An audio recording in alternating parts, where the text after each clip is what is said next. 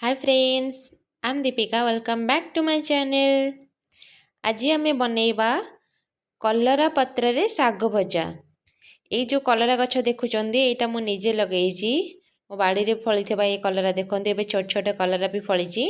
आज मु फ्रेश कलरा पत्र तोलिकी आपको साग भाजी देखेबी। यहाँ देखु मोर कंचा लंका गछ दीटा छोट छोट कंचा लंका गछ ए फूल भी धरनी। चलतु एबे आमे पत्र को तोली नबा। कलरा पत्र बहुत गुड़े बेनिफिट अच्छी जमीक डायबिटीज रिड्यूस हुए, मलेरिया पेसेंट मान बेनिफिट, आम स्किन बहुत बेनिफिट, स्किन हेल्दी रुहे एवं ब्लड प्रेशर भी नॉर्मल रुहे। आपण निहाती भावे कलरा पत्र को यूज करंतु। जार एलर्जी अच्छी से भी बहुत बेटर। यह को आपण आज जूस भी यूज करें। सबू कलिया पत्र को मुझे तोलुची, जो गुड़ाक बुढ़ा हो जाए से गुड़ाक मु तोलुनी कारण कलिया पत्र रे बहुत विटामिन थाए। कलरा खातु ता सहित कलरा पत्र भी खातु।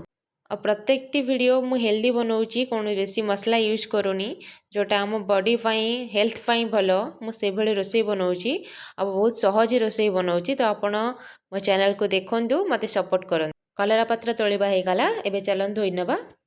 एबे मु साग को भल भाव धोई देइची। देखंतु एबे साग को छोट छोट खंड करी काटी नेबी। देखंतु साग को मु काटी सारी। एबे आमे एथिरे सोरिष नबा, सुखिला लंका नेबा, काटी रखिथिबा पियाज को नहीं ताको भल भाव भाजी देबा। एबे एथिरे छेची रखिथिबा रसुण को मु पकेली,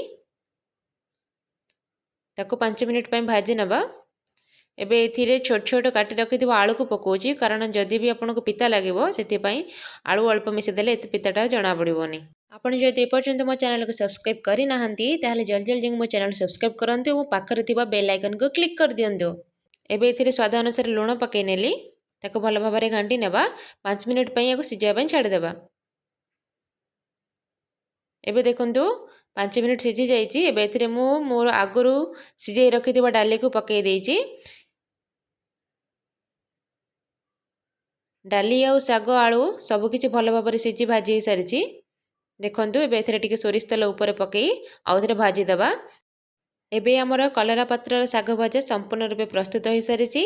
एबे आमे याको पखाला संगरे खाइबा। एही भली आपनका घरे भी साग भजा बनांतु।